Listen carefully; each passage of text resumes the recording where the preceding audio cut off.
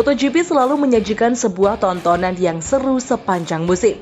Persaingan panas antar pembalap di lintasan tak pernah surut untuk meningkatkan minat para penggemar balap kuda besi ini untuk selalu mengikuti jalannya lomba hingga seri terakhir. Banyak drama yang terjadi dalam perebutan podium tertinggi di MotoGP.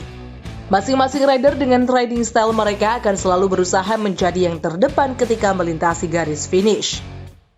Untuk mendukung hal tersebut diperlukan dukungan yang maksimal, baik dari performa motor, strategi pemilihan ban, pemahaman tentang kondisi trek, bahkan juga perubahan cuaca yang selalu cepat berfluktuasi, terutama di negara-negara penyelenggara balapan dengan kondisi kelembapan udara yang cukup tinggi.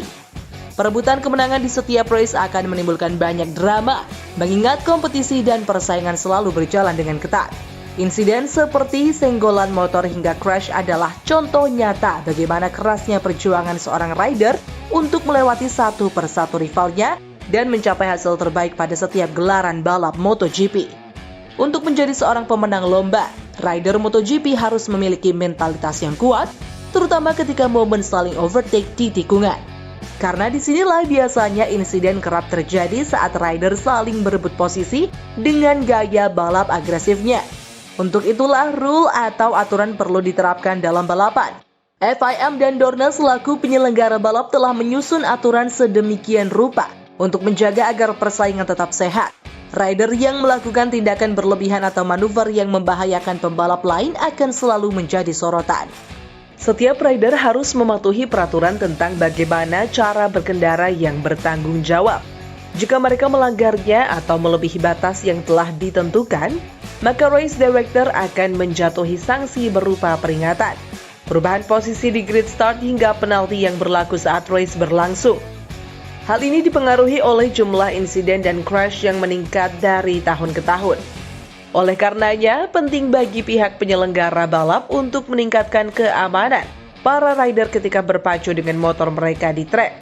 Dari sekian banyak jenis penalti yang ada di MotoGP, ada sebuah aturan penalti baru yang kini diterapkan sebagai revisi atau pengganti aturan sebelumnya yang masih menimbulkan pertanyaan tentang keadilan hukuman penalti tersebut bagi pembalap.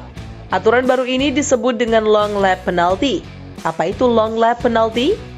Long lap penalty mulai diberlakukan pada tes pramusim MotoGP 2019 di sirkuit Losail, Qatar, 23 hingga 25 Februari 2019. Zona untuk long lap penalty di sirkuit Losail ditempatkan di tikungan 6. Penetapan long lap penalty ini dipengaruhi oleh insiden yang menyangkut rider Moto2 Jonas Folger pada 2014. Folger melakukan sebuah pelanggaran dan dijatuhi hukuman turun satu posisi. Sementara waktu itu Folger sudah membuat gap 5 detik dengan rider di belakangnya dan harus mengikuti drop position penalti yang ia terima. Ini menyebabkan ketidakadilan karena gap Folger sangat jauh dari rider di belakangnya. Kehilangan 5 detik akan sangat merugikan dan bahkan tidak fair sebagai hukuman untuk rider. Oleh sebab itu, Komisi Grand Prix yang terdiri dari Carmelo Ezpeleta, Dorna Ketua, Paul Duparc, FIM, Irv Poncharal, IRTA, dan Takanao Subouchi, NSMA, dalam pertemuan elektronik yang diadakan pada 1 Maret 2019, akhirnya membuat peraturan baru yang disebut long lap penalty. Bagaimana cara melakukan long lap penalty? Jika seorang rider dijatuhi hukuman long lap penalty, maka dia harus melewati rute yang lebih jauh dan biasanya berada di bagian run-off tikungan yang beraspal. Tujuan dari long lap penalty ini adalah agar pembalap kehilangan banyak waktu sekaligus sebagai pengganti aturan drop position penalty. Long lap penalty akan diberikan pada rider setelah 3 lap pelanggaran tersebut dibuat. Jika pembalap yang menjalani penalti ini mengalami crash saat melakukan long lap penalty, maka rider tersebut harus mengulangi long lap penalty di lap berikutnya selama motor masih bisa hidup selepas crash.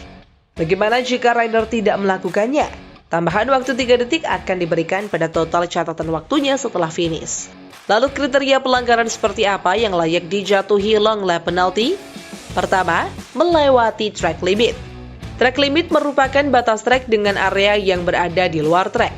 Biasanya ditandai dengan garis berwarna putih. Track limit mulai digunakan dalam aturan MotoGP sejak 2019.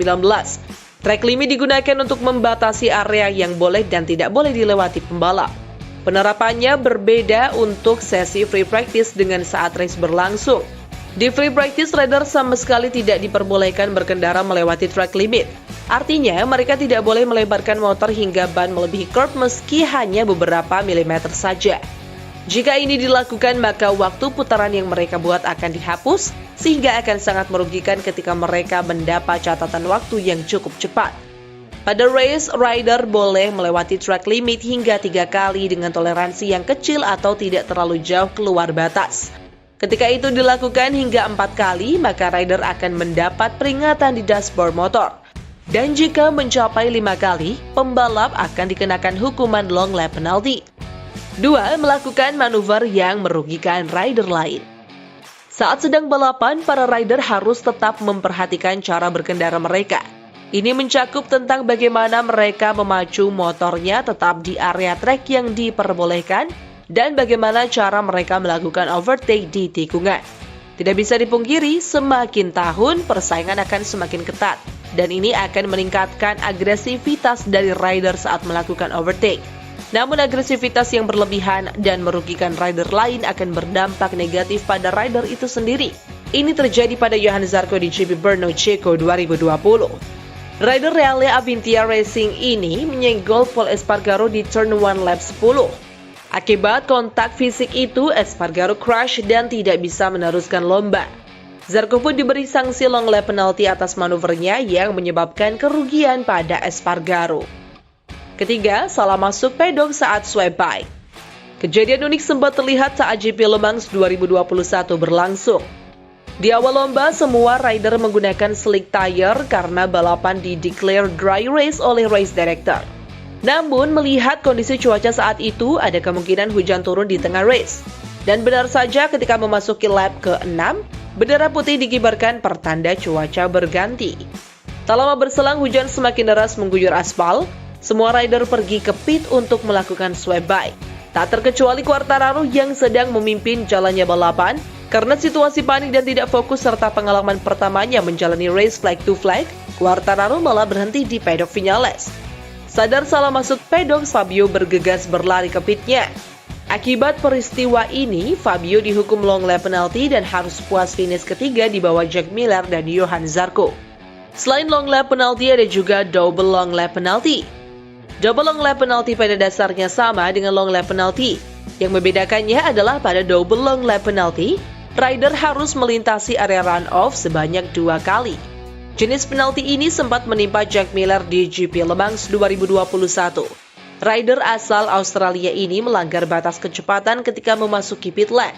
Miller masuk dengan kecepatan 74 km per jam. Sementara dalam aturan, batas kecepatan maksimal yang diperbolehkan adalah 60 km per jam. Miller rupanya lupa menekan pit button yang berada di dekat handlebar. Ketika menyadari hal itu, Miller pun memberi isyarat pada petugas di samping trek jika dia melakukan kesalahan. Namun pada akhirnya, Miller tetap dikenai hukuman double long lap penalty. Itu tadi informasi mengenai MotoGP pada kali ini. Jika kalian menyukai informasi mengenai MotoGP, jangan lupa untuk like, comment, dan subscribe video ini. See ya!